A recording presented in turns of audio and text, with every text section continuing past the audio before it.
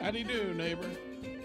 It's Berean Spirits time once again. The boys have gathered around and they're ready for you. So join in, make comments, and study with the guys as they try to study as the Bereans did in Acts chapter 17. And now, here's the guys. Hey, folks, we're getting the band back together. We've got Richard and Josh joining us today for the first time in 2024. My name is Chris Peltz. I'm the evangelist with the Southside Church of Christ here in Springfield, Missouri. And Josh Thornhill is back, finally, with the Brookmead Church of Christ over in Johnson City, Tennessee. Josh, how you doing in this beautiful brand new year? Oh, hello. Hi. Hi. I'm doing all right. I'm here. Yes, you are. And I'm still alive. So Yeah, that's good. That's good. Did you have a good winter break? yes, I did. It was good.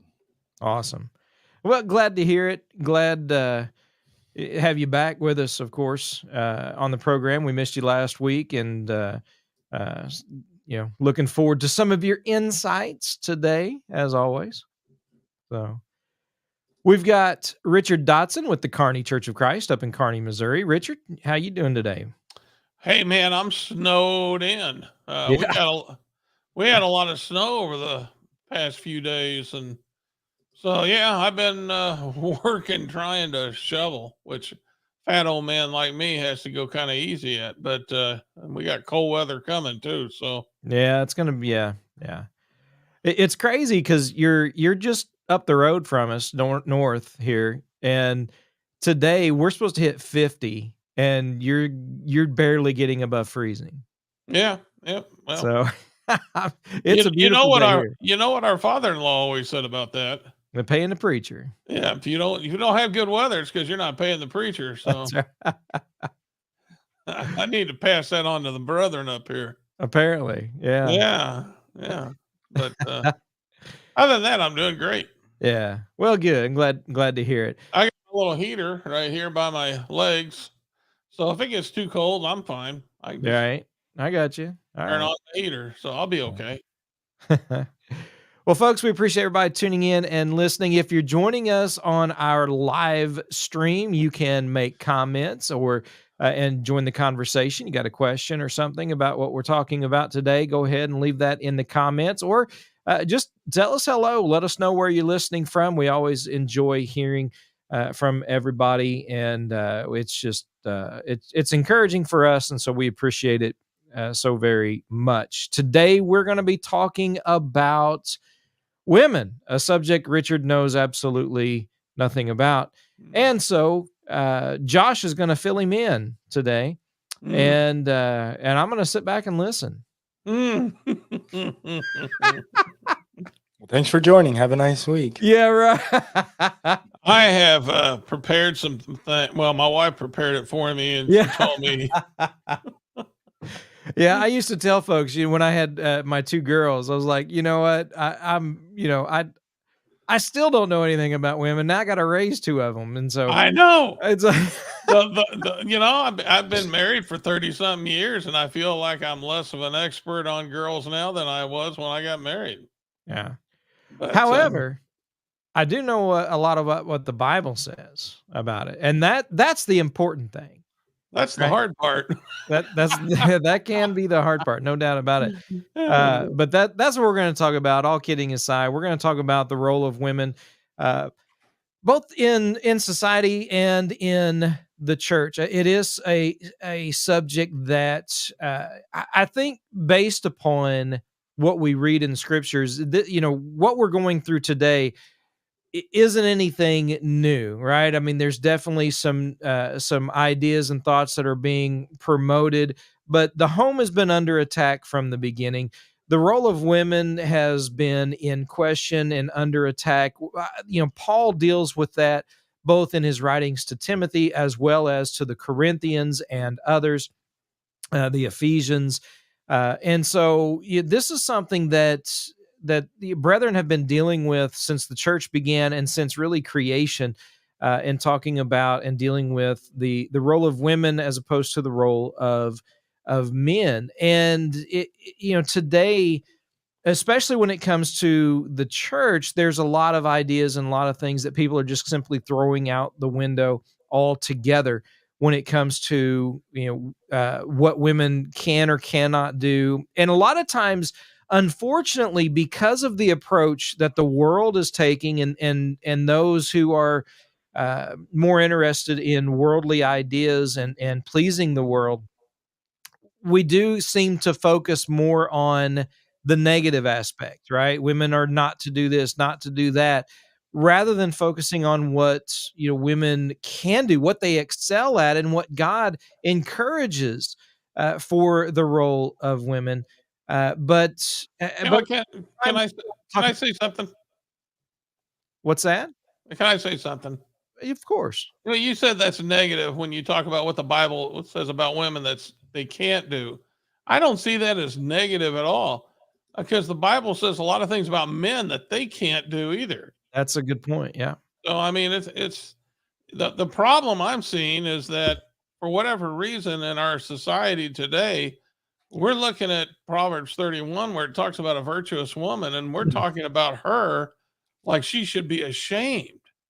And that is contrary to what the scriptures teach. A woman who can be called a virtuous woman that we see in Proverbs 31, that is something of honor. That is something of praise. That is something that every young unmarried man should be seeking, is a girl like that. So this is when we're talking about a woman who fulfills her role as God has set forth, we're talking about a woman who is worthy of her praise. And the Bible talks about that too. She is definitely something of honor, and this is nothing to be ashamed of. And unfortunately, it's the devil who's trying to make it appear that it's a shameful thing to be something, a vessel of honor, instead of a vessel of shame which he's converting so many women into being. And that's just wrong. And Yeah. that's why we're here, right?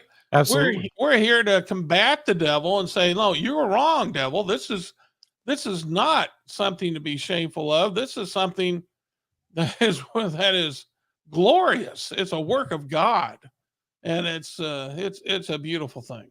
And and Josh, I can throw this to you a little bit, because before we get into the women aspect of this, when you look at a text like First Timothy chapter 3 and Titus chapter 1, and the characteristics of men who would serve as elders, and there are certain qualifications that must be met in order for a man to serve as an elder.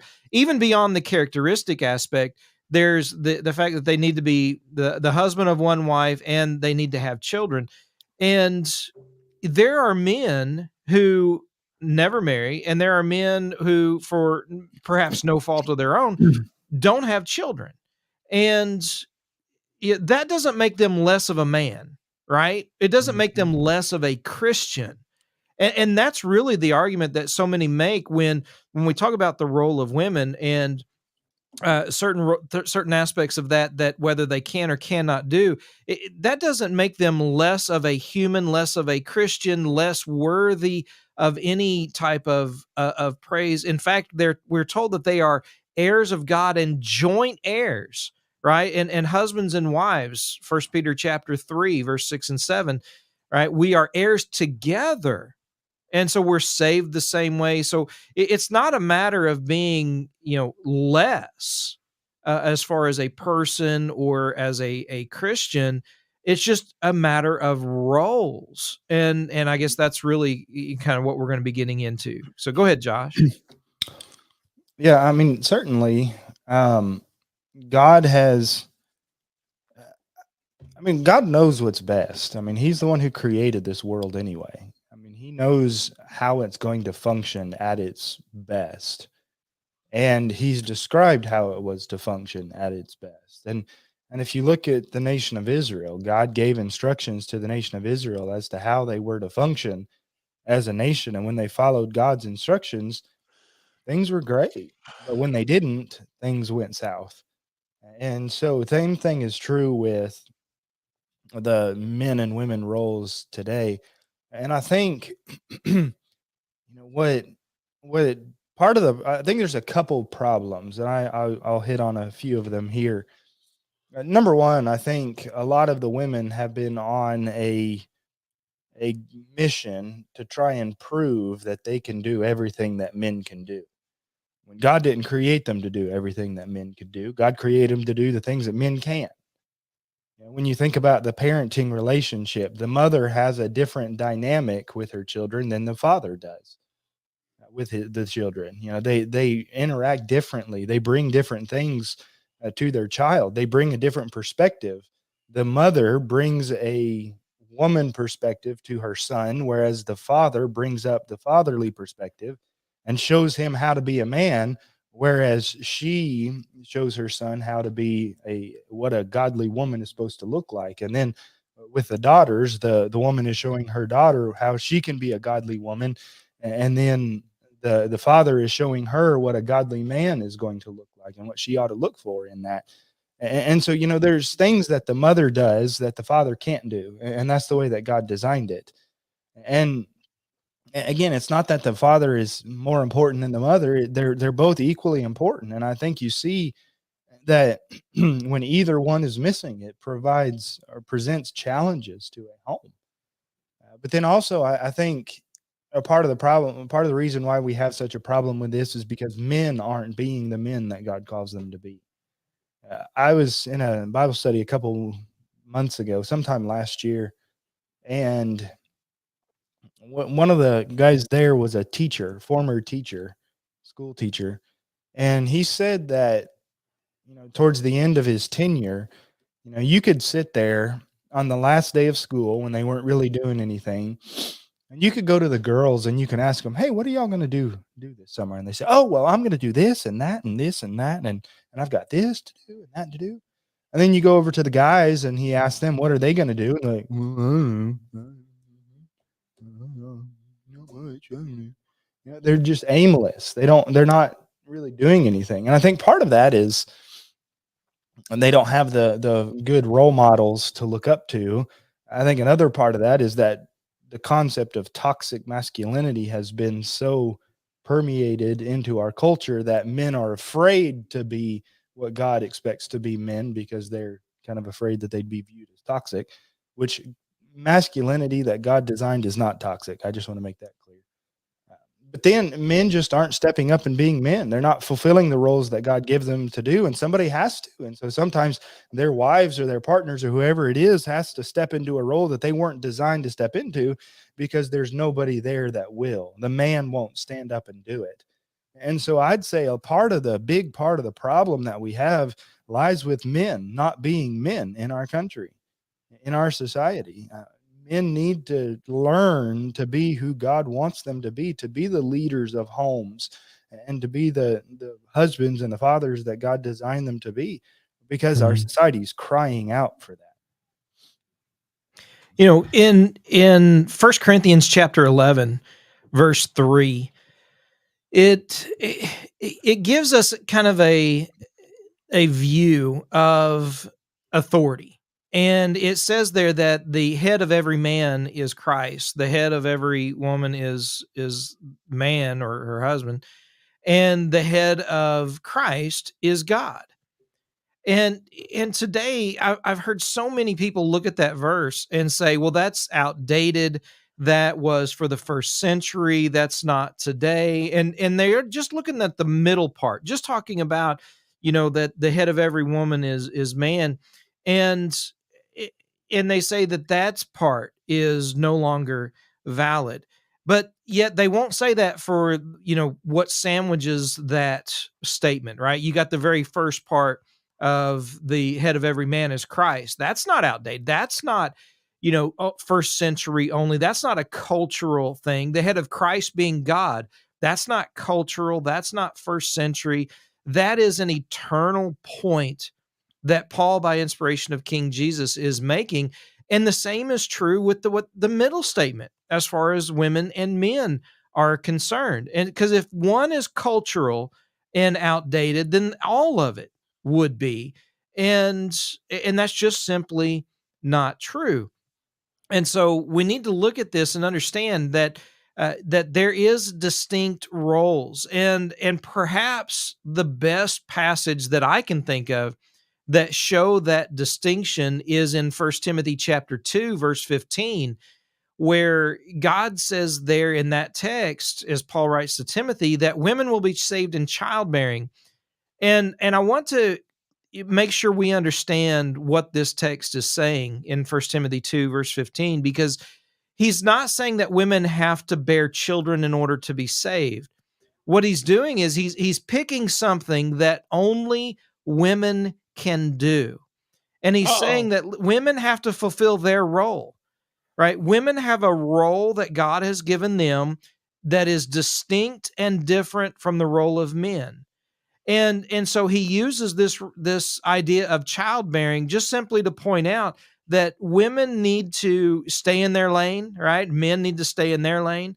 Women have a role to fulfill, and they need to respect and maintain that role. And the same is true with men, but he uses the idea of childbearing because that is something absolute and indistinguishable when it comes, distinguishable, I guess, between men and women, because men cannot bear children. That's something only women can do.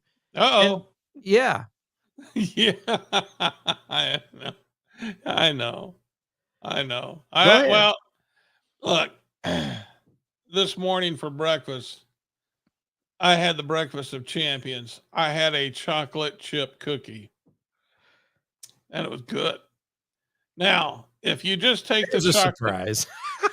if you just take the chocolate chip, do you have a chocolate chip cookie? No. If you just take the cookie without the chocolate chip, do you have chocolate chip cookies? That's a No. sad cookie. That's right. Actually, I kind of like that part. But anyway, when you put them You together, would. now you have a chocolate chip cookie. And they're both indispensable. They're separate, but they're together. They're one unit. And if you go to Matthew 19, when it's describing marriage, what does Jesus what does Jesus say? What is around verse 5 or 6? He says, the two of them come together, they shall be one flesh. All right. So they're two separate entities, but they're coming together to be one. Now, just like a chocolate chip cookie, we love chocolate. I mean, most people like chocolate chip cookies. When they come together, you make something really good. Okay. A man and a woman who come together in the fear of the Lord, they're making something really good. And so the woman brings about, her role, the man brings about his role, and they create something beautiful in God. And it's something that is something that is something that we should rejoice over. Um, Back to the virtuous woman in Proverbs 31, when you talk about, somebody said, I think it was Chris talked about the men, maybe it may have been Josh, but if you have such a woman, I want you to, let me get back here to it. Notice what is said about this woman, and there's a reason for this. Um, when it talks about the virtuous woman, it says her husband is known in the gates when he sitteth among the elders of the land. In other words, he's someone who can focus on things other than his marriage. He's not worried about his wife because she's taking care of her role. He can focus on the things he has to focus over. And in this particular case, he sits in the gates. I mean, he's one of the leaders. And I think if you go to Proverbs chapter 12 and notice what's said there, a virtuous woman is a crown to her husband, but she that maketh ashamed is as rottenness in his bones. And I have seen men with women who were like that, who were not virtuous, who were usurping their role that God had given them. and there's no way they could be a leader. They could not excel in whatever thing they wanted to excel at because they were constantly having to be concerned about their wife. And it was just something that she demanded. And it was like a rottenness to his bones, a cancer in the bone. And so, and that would be vice versa as well. But needless to say, when those two come together to make chocolate chip cookies, you know, it's a beautiful thing. And what they can do together is absolutely astounding. And so when we're talking about, we talked about at the beginning of the show, the things that women can't do, and then the things that women can do, well, there's things that men can't do, and there's things that men can do. That's nothing to be ashamed of. That's just something to understand. That's just the way God created us. And if we respect that, if we respect those roles, we can accomplish much in the Lord. Yeah. Yeah. So, Josh, let me ask you this question, and it's kind of a two-part question, and I think it's important. I think the Bible definitely answers this and leads us in the right direction. But first of all, can women work outside the home? And secondly, in society, because that's right. I mean, that's what I think Richard titled this show about, the role of women in society and the church. Can they have leadership roles in society, or should they have leadership roles in society? Well, let me kind of put this, because there's been some that have said, and I've been in conversations where some, I guess I could prejudice the statement by saying fanatics, but there are some who would say, women should not be, president, women should not be, managers, or I won't work, under, with a woman who is a boss of me. And there are these attitudes that I think play into why women feel as though sometimes they have to fight and really go beyond so much. And so just quite simply, can women work outside the home, and can they have leadership roles in roles, out in society, and be pleasing to God? I guess that should be the. I think the simple answer is yes, they can work outside the home. Now, yeah, certainly it's not wrong for a woman to work outside the home. I guess we should say that. Absolutely. This might be really, really unpopular, especially among more modern ears, but that might not be exactly what God intended for the wife. I mean, she has a responsibility within the home that she's expected to fulfill, and she needs to make sure that a job that she is doing outside the home is not going to prevent her from fulfilling the primary role, I would say, that God has given her. And I know that's really unpopular, but I think that is rather biblical. Just like the man has the responsibility to go out and provide for his family, God gave him that role, and he needs to fulfill that.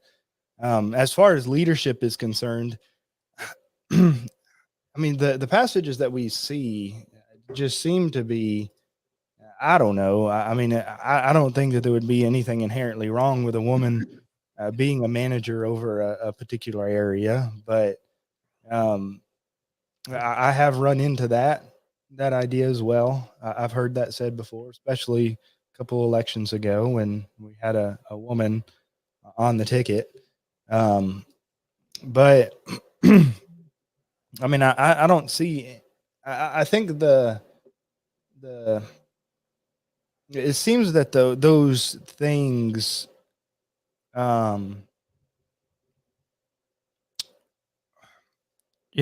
more focused towards the home and within the church.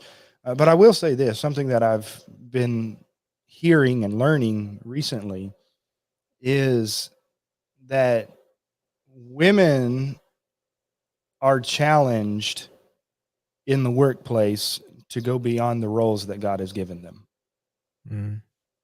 And that's a danger. And I know for a godly woman who wants to be who God wants her to be, for her to kind of stay within the role that God has given her can be challenging. And I think there is something that people ought to think about there. Yeah. In Acts 16, and I think about Lydia quite a bit when it comes to this particular question, because not only was Lydia working outside the home, right? She was a seller of purple. Right. And so she had a business. She was a businesswoman, and she had servants, right? But as you pointed out, Titus chapter 2 and several other passages, it very distinctly talks about the role of women when it comes to the first and foremost responsibility to the home, and that cannot be neglected. And just as with men, right? If we neglect our family, 1 Timothy chapter 5, verse 8, right? Then we are worse than an unbeliever, right? If we neglect our family, especially those of our own household. So we have a responsibility to train up our children, Ephesians chapter 6, verses 1 and 2. Fathers, train up your children. And so men have a responsibility and a role, even when it comes to the home, but so do women. And so, to get involved in something that would take away from that, I think is a danger and needs to be cautioned and warned against from the scriptures. But I think we do see them not only working outside the home and being faithful to God, but even having some leadership roles in said work. And I think Lydia is a perfect example of that in Acts 16. Richard, you got something to add to that? Well, you go back to the virtuous woman. She did conduct business outside the home. Yes. She bought real estate. It says she brought food in from afar in verse 14.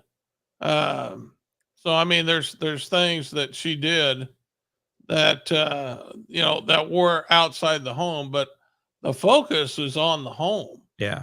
But that's also the man's focus as well. The man's focus is on the home and providing for his family and being the leader of his household. So I mean, it's something that they do together.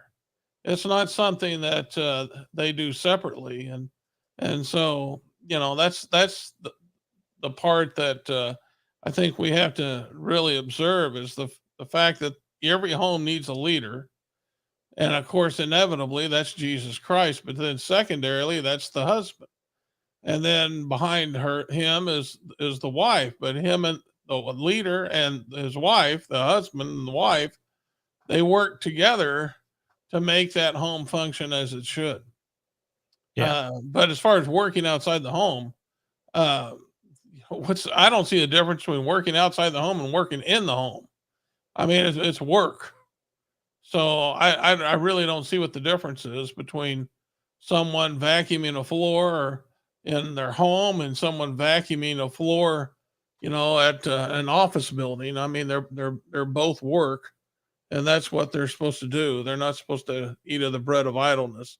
But it's up to the husband and wife to make sure that home functions properly. And if the husband doesn't want his wife working outside the home, then she needs to respect his wishes. But he should have a good reason for for why that is. But if she says I'm not, and this is the problem, when the husband doesn't want his wife to work outside the home, the wife will say, "Well, I'm not giving up my career." And now we got a problem because we're not making chocolate chip cookies anymore. She's going off and being a chocolate chip, and he's a cookie without chips. So I mean, that's never a good thing. If you're going to come together, and that's the thing. But if you're going to come together, then be together. Be together on this. You guys, it's the husband and wife's responsibility to make that house a home. Yeah. And Josh, part of that probably is the not having an eternal view of things, right? Oh, it's a big problem. Yeah, I mean, Yeah. especially the idea of, I'm not giving up my career kind of thought is, is really just focused upon this world and not looking beyond it. Yeah, absolutely. Um, and I think that it's a lack of recognition of what a parent's real purpose is. You know, if a mother said, "Well, I don't want to give up my career and stay at home," well, you know what's your greatest goal as a parent? Is it to, you know, bring home lots of money, or is it to raise your children that are going to love and serve the Lord? You know, and so I mean, there's going to have to be obviously some trade-offs there, but um, obviously, I think we have to have an eternal perspective if we are going to be the kind of family or parents or society that God wants us to be. I think the reason why the roles have been blended or have been ignored and or are trying to be torn down, I think Chris pointed that out earlier. The idea of dismantling the patriarchy and things like that, it's tearing at the fabric of everything God designed for society, for the home. And we need to view it as such. It is an affront to God himself. And Christians don't need to be involved in that kind of activism stuff. I just want to make that clear. But we have to have an eternal view of an understanding first of what we are called to be as a husband or a wife, or first of all, a Christian, you know, and go about trying to be the very best husband or wife or man or woman that God has called us to be, whichever gender, you know, you are, obviously, there, you know, not up to your choice there, but So I got a question. okay. It's becoming more and more popular for young couples to come together where the wife does not want to take the last name of her future husband. What do you think about that? I mean, I haven't personally. I know you've run into that a little bit, and definitely more. I've not run into that personally, but you know, to me, it. You know, I don't know how much tradition is within that. So I don't know some of the if there's a history behind it, but I do know this, that it seems to be that there is not wanting to fully submit to one another, right? Even First Corinthians 7 talks about how the wife's body belongs to the husband and the husband's body belongs to the wife. And too often in today's world, people are still wanting to, you know, that from not only Genesis 2:24, but Matthew 19 verses 4 through 6, you know, becoming one flesh. They want to keep their identity as their own and not truly give themselves fully to the relationship. And I think not only does that reflect in that physical relationship, but it reflects on their idea and view of God as well. Amen to that. Now, I'll tell you what I told my son. If you ever come across a girl who doesn't want to wear your name, then you need to walk on and find somebody who is going to, you know, understand that, you know, we've worked hard to build a good name and that you're offering that name to her. You know, and it's something that really, I mean, that's the most valuable thing you have on this earth is your name. And they need to respect that. If they're going to be in subjection to you, you know, they need to, I believe they need to wear your name. And I think it's most unfortunate, like you said, when somebody's trying to hang on to the past, but yet kind of like dip their toe into marriage. That's not what marriage is. You don't dip your toe into it. As Jesus said, you come together, you're one flesh, and that's one. And so, you know, that's something that the man, you know, he's no longer a single man. He has to accept that role as being the husband. So I mean, it's something that you know, people have to understand that when they're coming together, they're coming together. You know, they're becoming one flesh, and so Yes, I think that I believe the woman. It's only right and proper that she should wear his name. I feel That like it would be a lot similar to like what are those called? Prenuptial agreements. Oh yeah. Mhm. I'm not bringing all of me to this relationship. I'm bringing part of me, but I'm going to keep some of myself here to the side. That is going to be separated from this relationship. That's not becoming one flesh. I mean, that's not the two becoming one. That's two kind of hanging out together and living together, and we'll call ourselves husband and wife, but we're not fully joined together to one another. So Yeah. it kind of feels like that kind of Let what me Chris had pointed out. You know, there's let me not ask a another. giving of oneself entirely. Let me ask another question. Let's say the Causing husband. trouble. Let's say they both have careers, and the husband wants to start something different in another city, and he wants to take his family with him, but she doesn't want to give up her career where she's at. How should the woman react to that? You know, sometimes these what if questions are difficult because there's so much more involved, when it comes to motives, right? In submitting and following, sometimes foolishness, sometimes men make poor decisions, bad decisions, and the wife will sometimes suffer for that. But at the same time, there is one thing that the wife must do first and foremost, in regardless of what the man decides or the man may try to demand, and that is she must give herself to God. Right? First Peter chapter 3, I think, is an example of this. Here is a husband who seems to be very abusive, and yet she is a godly woman and she lives her life to glorify God in all things. And so whatever decision she's making and whatever objection she makes, is it done first and foremost with that eternal view in mind?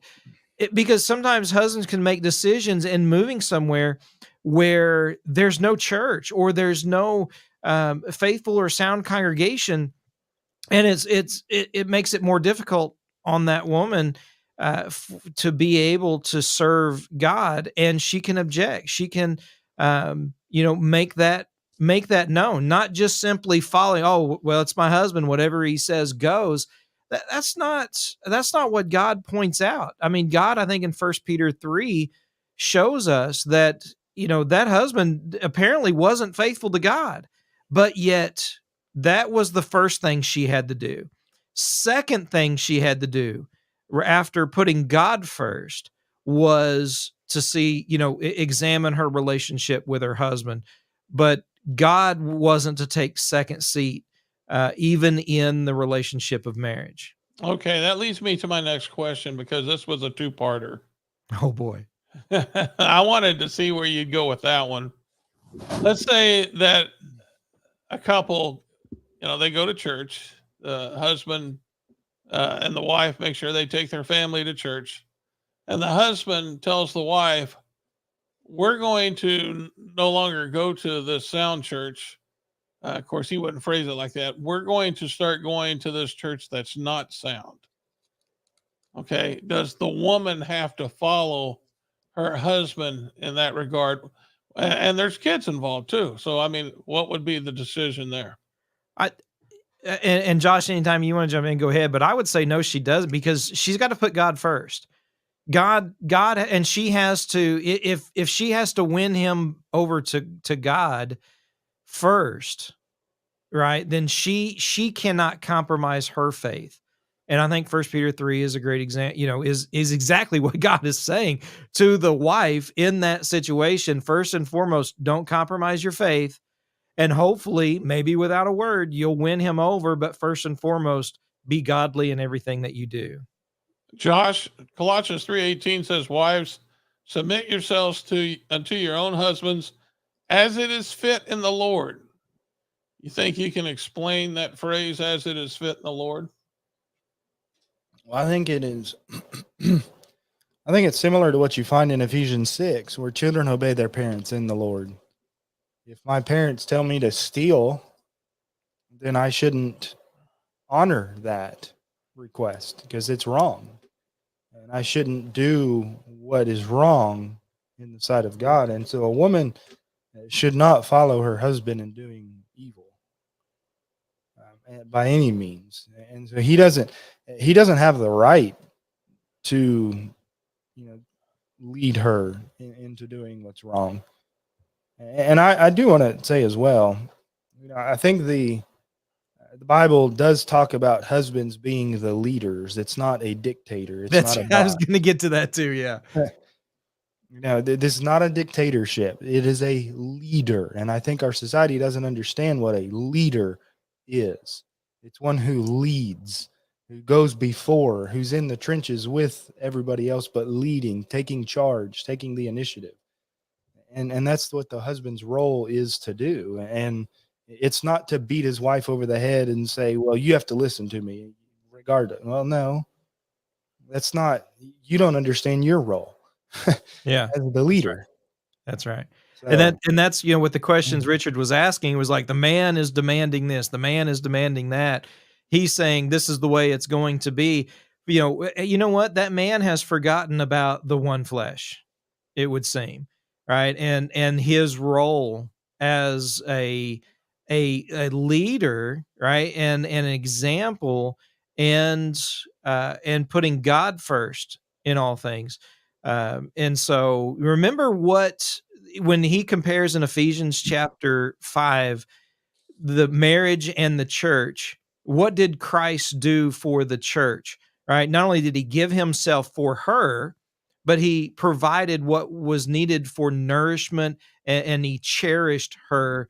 He doesn't look at the church as some object, and husbands likewise are to love their wives and provide for their wives.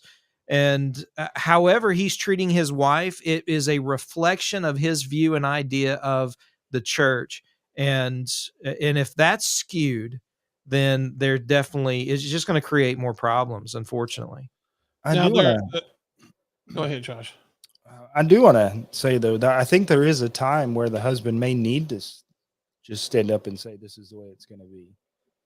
Because I remember when I was in high school, there was a particular situation, and my dad just said, you know what, this is what we're going to do.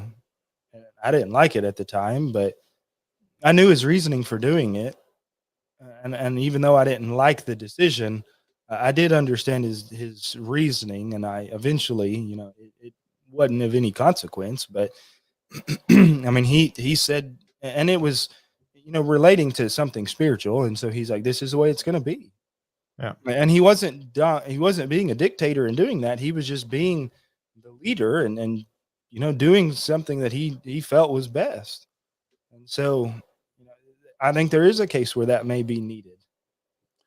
I think it's important we point out that while we do see problems in basically in a younger society than me with in the marital units, we also have a problem with in my age and older of women who have been told they have to be subject to their husbands to the point where they try to be obedient even when they are leading them away from Christ. And I guess the point I'm trying to make is that there is a time when a woman can disobey her husband. And in fact, if she does not, the Lord will hold her accountable. And so if he's trying to lead her into error, by going to a church that practices false doctrine, she needs to stand up to him and say, no, I'm not going there. That's just something I'm not going to do. But I can think of examples where women have followed their husbands into apostasy, and that's not a good way to handle your role as a woman. Yeah, absolutely. Yep. Josh, any last thoughts? Well, I think the saying goes, as this home goes, so goes the society. Yeah. And whether it's the man's role or the woman's role, we have the obligation as Christians to be the example to those around us, to show them what godly husbands and wives and men and women are supposed to be, and to make them want something different than what they have and all the problems that their way is bringing. So, I mean, that's the only way we're really going to change things in this country, is by restoring the home to the place that God expected it to be. Absolutely. Yeah. Richard, last thoughts? Just remember, guys, marriage is a chocolate chip cookie. You got the chocolate chip, you got the cookie. Apart from each other, they're not a chocolate chip cookie. You put them together and you got a wonderful thing. And that's exactly what marriage is. Proverbs said, "A man who has found a wife has found a good thing," and that is absolutely true. And but it's not just in marriage. I mean, there's roles for everyone that we should respect, and in all things, God should be first in our lives. And I hope that gives you a lot of things to think about and to chew on. Folks, thanks for listening and tuning in to Berean Spirits. If you like podcasts, search for us on your favorite podcast app and listen in. Maybe when you're out and about, if you're maybe you can't always tune in on YouTube or on Facebook. You can check us out on the podcast apps as well. Until next time, remember to search the scriptures with Berean Spirits.